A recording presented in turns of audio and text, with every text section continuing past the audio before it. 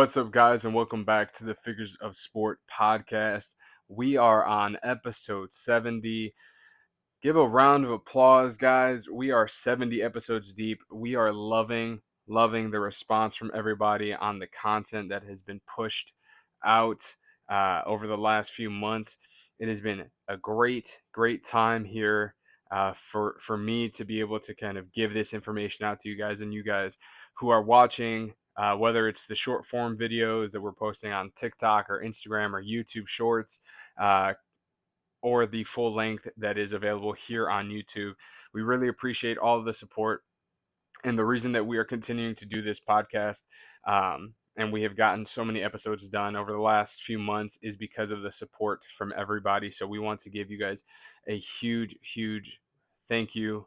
It means a lot to me, so I really appreciate every single one of you that is taking time out of your week to watch these episodes. It means the world to me, so thank you very much.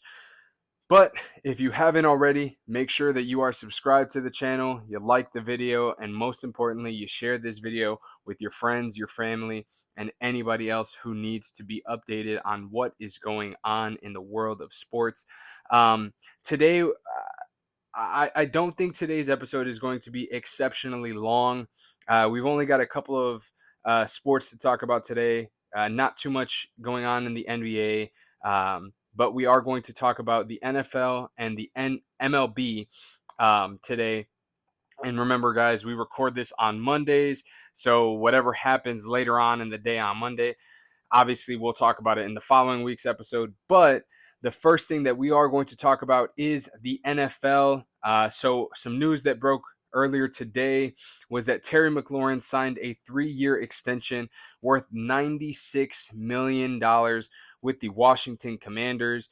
He will now be good to go in week 1. So for everybody who drafted Terry McLaurin in fantasy football, take a deep breath. He will be suiting up for the Commanders in week 1, and you will have one of your top wide receiver options ready to go in that offense.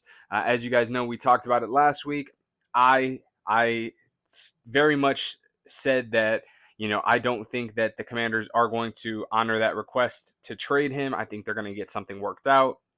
And I also thought that obviously Jaden Daniels, their sophomore quarterback, his ceiling is only, the organization's ceiling is only available if they are to keep Terry McLaurin, which they did. So now they're going to have their rookie or their sophomore quarterback, I guess I should say now, in Jaden Daniels, and their veteran wide receiver in Terry McLaurin for the next at least 3 seasons together. So shout out to the Commanders for getting that deal done and making sure that their young quarterback has some stability in that wide receiver room. And again, I think that they are going to be a team that is going to compete in the NFC conference, making a deep push potentially again in the playoffs this year. But that would have been in jeopardy had they not re-signed Terry McLaurin. So it's going to be exciting to see what this offense can do behind Jaden Daniels and Terry McLaurin in year 2. Very excited to see it, but at least they got a deal done. Everybody can take a sigh of relief. Terry McLaurin will be suiting up for the Washington Commanders in week 1. So we know that he was holding in for a new contract. And speaking of hold-ins, we're going to talk about Bengals defensive end Trey Hendrickson. The Bengals and Trey Hendrickson reached agreement on a $14 million raise for this season. That's going to boost his 2025 salary to about $30 million. And he's still scheduled to become an unrestricted free agent after the season. But for the time being, he will be a member of the Cincinnati Bengals. It doesn't seem like they are going to be trading him. Now at this point, they've given him a raise. He's going to play out this year on his contract. And then who knows, they could potentially work something out throughout the season, or, they may let him walk at some point next offseason. So it'll be very interesting to see how the Bengals kind of maneuver this situation as well. Obviously, Trey Hendrickson, he's 30 years old. I think he's going to be 31 this year. So if he hasn't already turned 31, but he was the sack leader in the NFL last year. But he is aging, and they were asking for a first-round pick and young players as compensation for Trey Hendrickson, which I didn't. I think the main reason they were able to come to this agreement was because they weren't getting the offers that they wanted. Um, I think it would have been more likely had they asked for a day two pick, like a potentially a second round pick, more likely a third round pick, and maybe a young player that would have got a deal done to move Trey Hendrickson. But ultimately, they decided on a $14 million raise. So he will be suiting up for the Cincinnati Bengals. And obviously, we know that after watching last season, the Cincinnati Bengals had a very tough time on defense. It seems like, you know, they were constantly behind because their defense was allowing a lot of points. So not losing their best defensive player in Trey Hendrickson is a huge plus for the organization. So they're going to keep him, and they should be able to hopefully try to work something out. But if not, I do see him leaving at the end of the season and going somewhere where he can at least get one more big payday for the next few years. Um, Probably no more than a 3-year deal, but I do think that he is going to get paid big money by some young team that needs veteran leadership on the defensive line. Because again, if he's able to put up numbers anywhere close to what he did last season, he is going to expect a huge payday. And with the financial commitments that the Cincinnati Bengals have in some of their offensive players, it doesn't seem like they are going to be able to afford him. But at least he was able to kind of get some type of financial satisfaction with this raise for the 2025 season. But we are also going to talk about the Las Vegas Raiders. Uh, we saw some news today that broke. Actually, I think both of these news, both of these pieces of news broke within about an hour of each other. But Jacoby Myers, wide receiver for the Las Vegas Raiders, has requested a trade. Obviously the Raiders are a different team this year. Last year they really didn't have any stability at the quarterback position.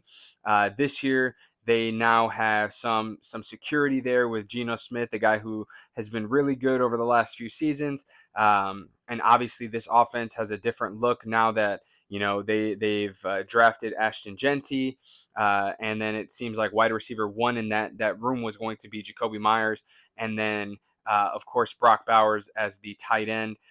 So it seems like Jacoby Myers is going to be heavily involved in this offense, especially like I said with a new quarterback in Geno Smith.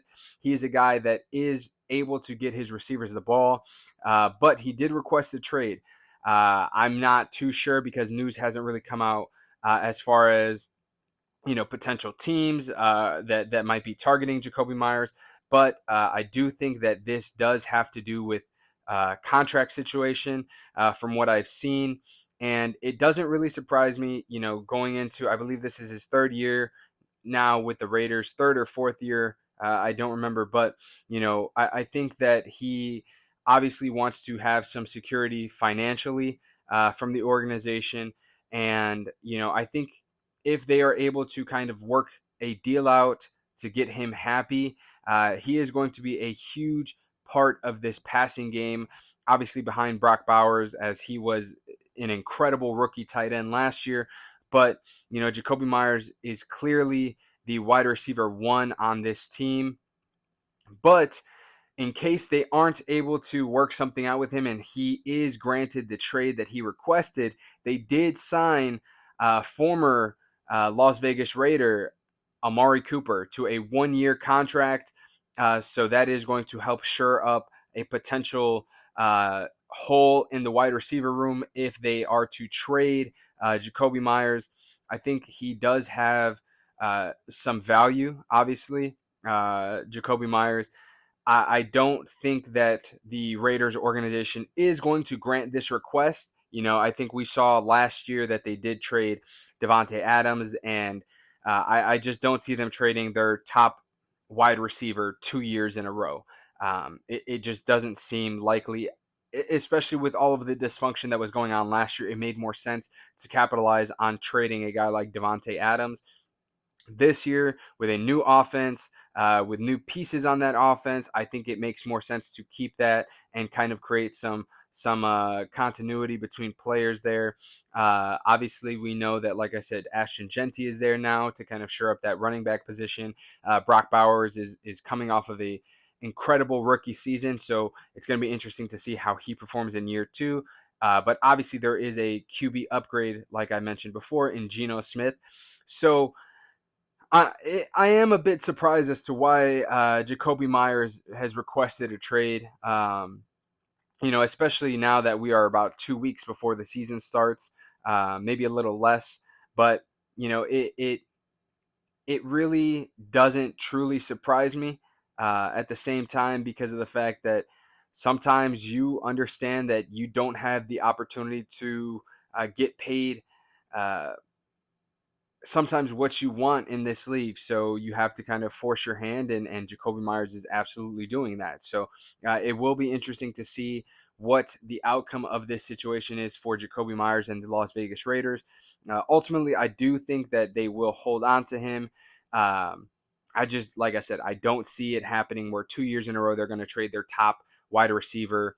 Um, and I think especially because, like I said, this year there should be some stability on the offensive side of the football, having a new quarterback, a new running back, and obviously having some established guys now in Brock Bowers and Jacoby Myers. I think that offense could be a little bit more exciting than it was last year. So it'll be interesting to see what they do. But now we're going to talk a little bit more about the Amari Cooper signing. Obviously, Amari Cooper last year was traded to the Buffalo Bills, and it seems like he was used more so as a decoy on that Bills offense. He had a lot of games where he was really non-existent as far as, if you're watching the box score. It seems like maybe he lost a step and he wasn't as involved in the offense. But, I do think that if Amari Cooper is able to be anywhere near his old self, having some offensive production, that this team, especially if they keep Jacoby Myers, that can be a huge, huge part for them in some potential success. Obviously, they are in a tough division as they have to, kind of match up against two teams that made the playoffs last year in the LA Chargers and the Kansas City Chiefs, as well as the Denver Broncos. Actually, all of those teams made the playoffs last year in the AFC, but I do think that if they are able to get some type of production from Amari Cooper anywhere near his former self, that this offense could be honestly quite exciting to watch. Like I said, you were able to acquire the best running back in this year's draft in Ashton Genty. You have a guy in Brock Bowers who obviously had one of the greatest rookie tight end seasons that we've seen.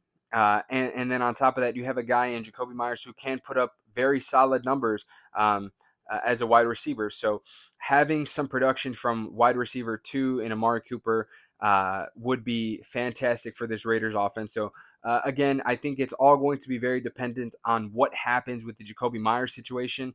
I think there is still a lot that we don't know. And we don't know when we might find out more.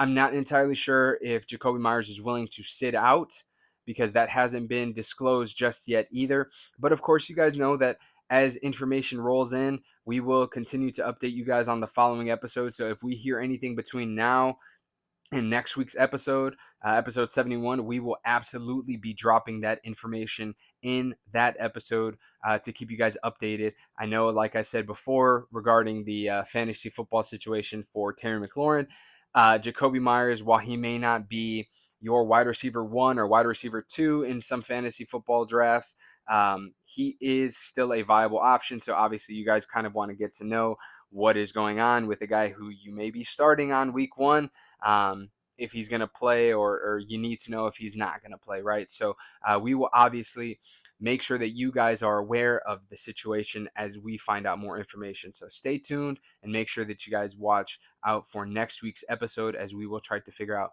a little bit more information on that situation with Jacoby Myers. But moving on, we are going to talk about Joe Mixon. Joe Mixon, the running back for the Houston Texans, was incredible for them last year. He did miss some time with an ankle injury. I believe he suffered that early in the season against the Chicago Bears, but he still had a very productive season. But the Houston Texans are going to be without him for at least the first 4 games of this season. He was placed on the non-football injury list, and there was a designation today where if a player was not placed on the active roster by today, then they would have to miss at least the first 4 games. So Joe Mixon will miss the first 4 games of the 2025 season for the Houston Texans, which means that Nick Chubb seems to be the RB1 in that Houston Texans running back room. So again, for all of those fantasy guys out there, keep an eye on Nick Chubb, and he might not fall too far in the draft this year, knowing that he is going to be the first option for at least the first 4 weeks of the season.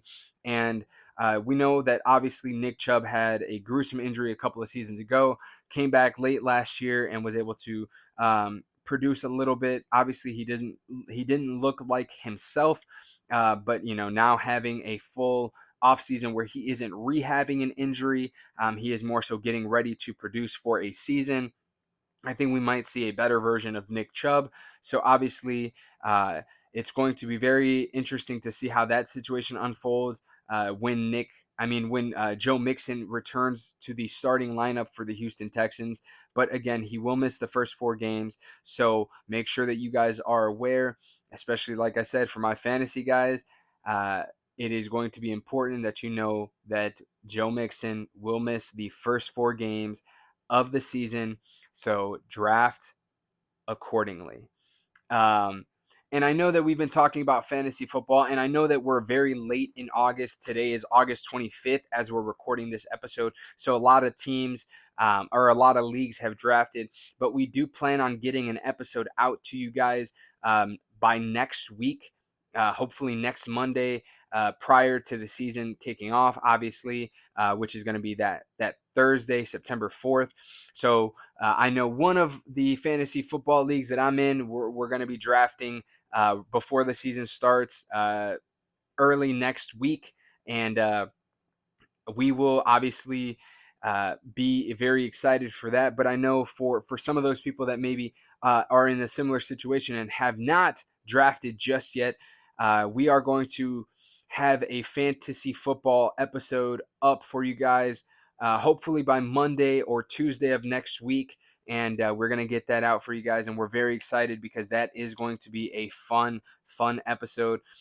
We have a guest scheduled for that episode that we're going to talk about maybe some draft strategies, some guys that we're very high on, some guys that we might not be very high on, especially for their average draft position. But we are going to talk about all that good stuff coming in a very soon episode.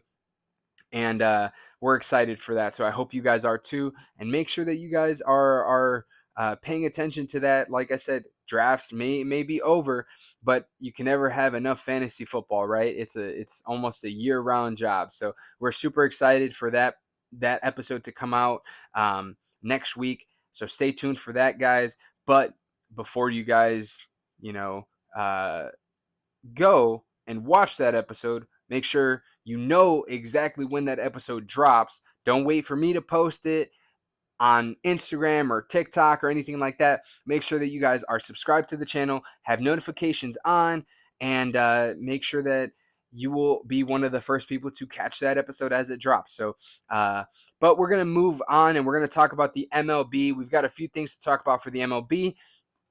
Before we call this an episode.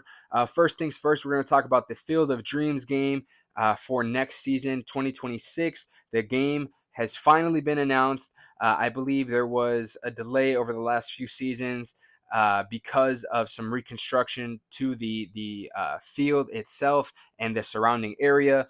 But we are going to be getting the Field of Dreams game back in 2026, although I don't think we will ever see a game that tops 2021's Field of Dreams game between the Chicago White Sox and the New York Yankees.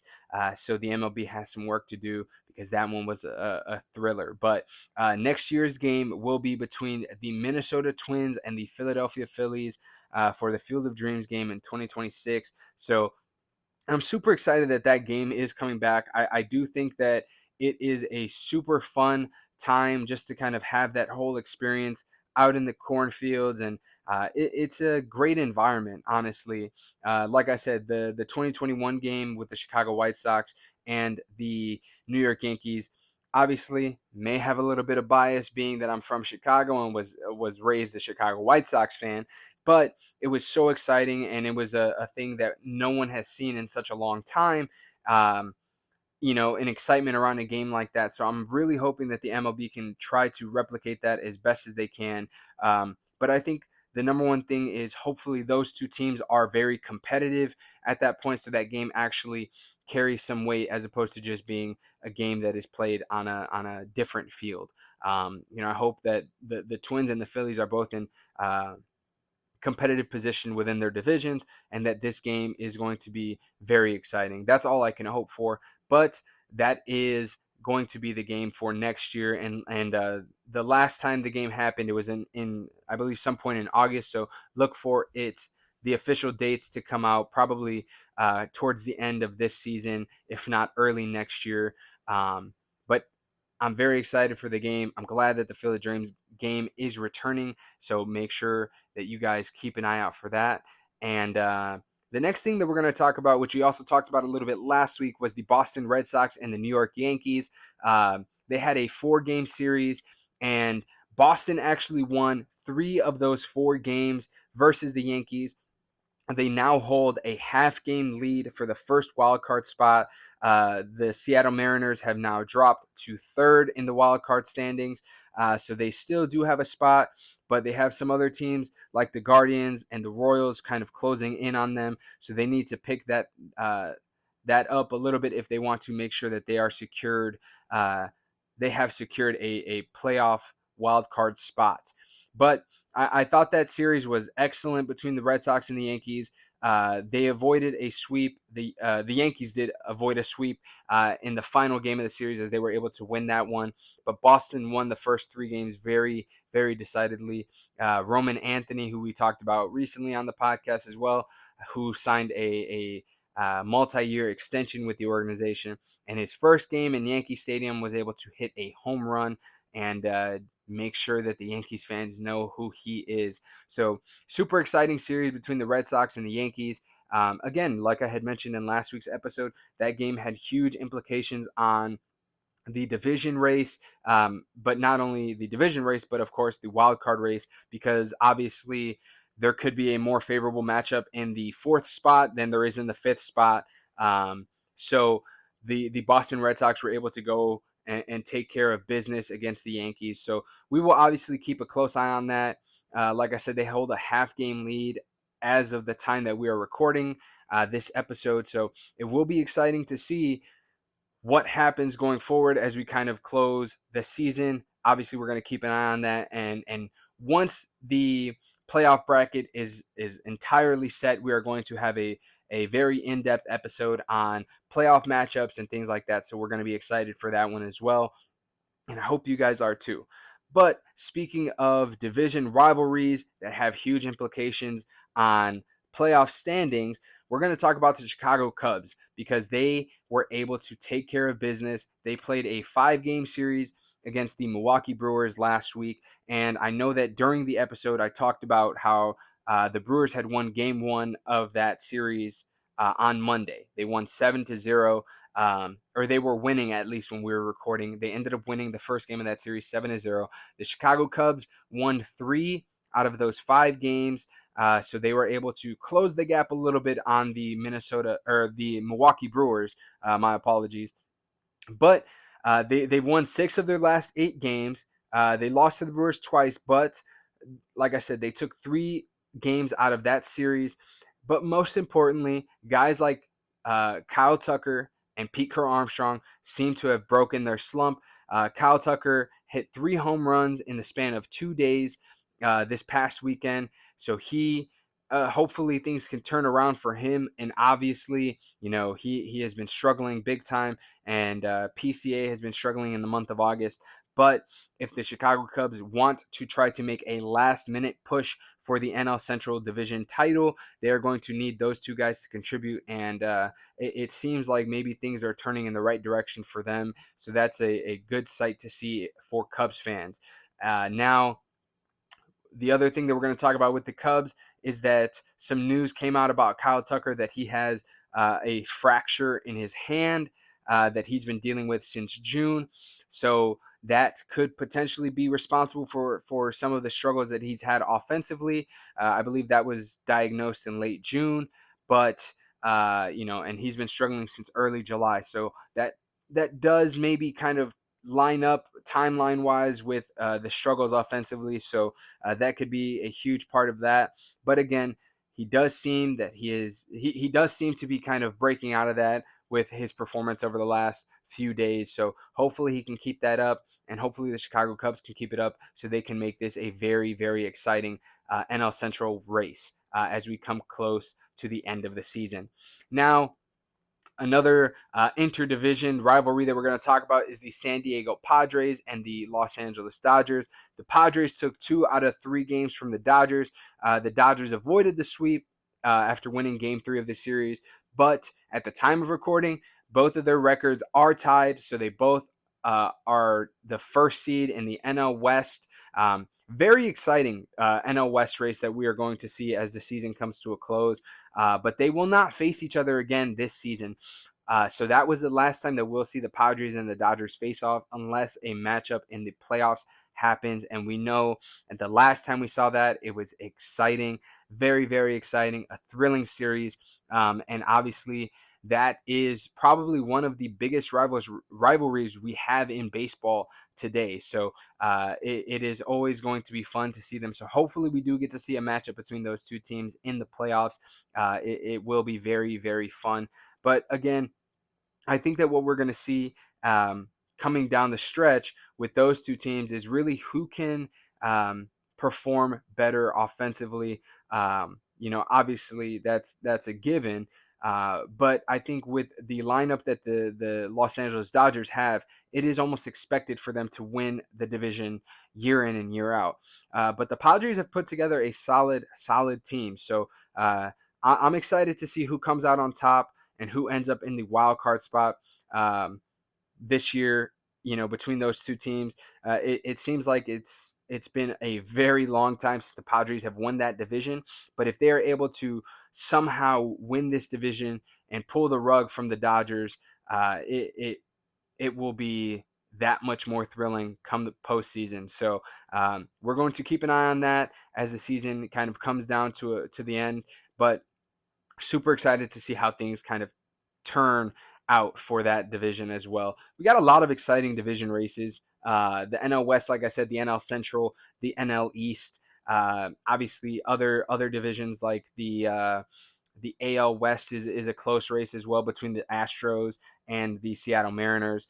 Some other divisions like the AL Central are kind of already a given, but for the most part, I think we've had a lot of exciting competition this year in the MLB. So I'm very excited for the playoffs this year. Probably more excited than I have been in recent years, just because there are so many competitive teams, and really, in the game of baseball, you never know who's going to come out on top. So we will obviously, like I said, as the season comes to a close, we will do a full in-depth episode talking about playoff matchups and things like that. So make sure you guys stay tuned for that one as well. But the next thing that we're going to talk about, which we also talked about a little bit in last week's episode, was Zach Wheeler dealing with a blood clot. But news came out that he will be done for the year, so they are going to lose their ace for the remainder of the year. And that really sucks. It's a tough blow for the Phillies. They've had guys like Aaron Nola dealing with injury, and he hasn't been quite himself this year. But losing Zach Wheeler, especially a guy who was so dominant for them, it looked like he was going to win the NL Cy Young this year as well. It's going to be tough for the Phillies to have to move on, especially in the postseason without him. but they do have some solid starting pitching, and it's going to be interesting to see how they can bounce back from the loss of their ace. But I do think that going forward, now that means when we look at the NL Cy Young race, that could mean that Paul Skeens could potentially secure the NL Cy Young this year. I do think he might be the favorite now, and the guy has had an incredible start to his career. I believe he has a 2.02 ERA through his first 50 starts, which is unheard of. One of the greatest pitching prospects that we've seen, that I know I've seen in my time. It looks like he is the favorite now. But I mean, before we even get more into the next topic, I just want to say speedy recovery again to Zach Wheeler. It's such a tough blow for the Philadelphia Phillies, but all we can do is wish that he recovers safe and quick, and he is ready to go next season for this Phillies team. But speaking of guys also that are dealing with injuries, Shane Bieber returned this year. He was recovering from Tommy John surgery. He was traded from the Cleveland Guardians to the Toronto Blue Jays, and he made his first appearance for the Blue Jays. He went 6 innings, 9 strikeouts, allowed only 2 hits and 1 run. Had a great start for the Blue Jays, and honestly, I think having a guy like Shane Bieber in your rotation for the Blue Jays, who have been performing excellent all season long, as they are first in the NL East, this is a great acquisition. And if Shane Bieber can keep it up going into the playoffs, this is a team that others should absolutely be scared of. They have been clicking on all cylinders. It feels like for the last few months. So now adding another guy with the caliber of pitching that Shane Bieber can deliver when healthy, and when he's himself, that's a scary sight. So the Blue Jays made a great acquisition in Shane Bieber, and I'm excited to see how that pans out for the rest of the season. But to end the episode, we're going to talk about Cal Raleigh, who's obviously having an MVP-like season. He's hit his 48th and his 49th home runs. He set a new single-season home run record by a catcher that was previously held by Salvador Perez of the Kansas City Royals, and he is looking to go for 50 this year. It'll be obviously his first 50th home run season of his first 50 home run season of his career. My apologies. But before we end the episode, it leaves me with a question. Obviously, there is huge debate between Cal Raleigh and Aaron Judge as far as who should win the American League MVP. So I want to leave that question up to you guys. Who do you think is deserving of the American League MVP award this year? While I understand that Aaron Judge has maybe some of the better numbers, batting average, OPS, things like that, Cal Raleigh has the better power numbers. Obviously, a significantly lower batting average and OPS, but similar power numbers, I guess, in a way, because remember, Judge did miss some time. But do you guys think that Cal Raleigh should win the MVP award, or should it go to Aaron Judge?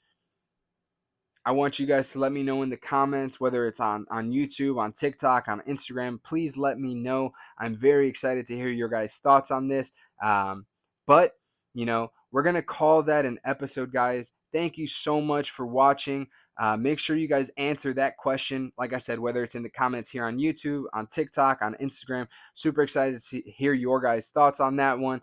I will let you guys know my answer to this question next week as far as who I think should win the AL MVP this season. Super excited to hear your guys' thoughts again. And before you guys go, make sure that if you haven't already, you subscribe to the channel, you like this video, and you share it with all of your friends and your family, because this is who I do it for. I do it for you guys. I make sure that all of this information is out here for all of you guys who support me and the podcast. So thank you guys so much for watching. I really look forward to hearing everybody's thoughts on all of these topics that we've talked about in today's episode, and we will catch you on the next one.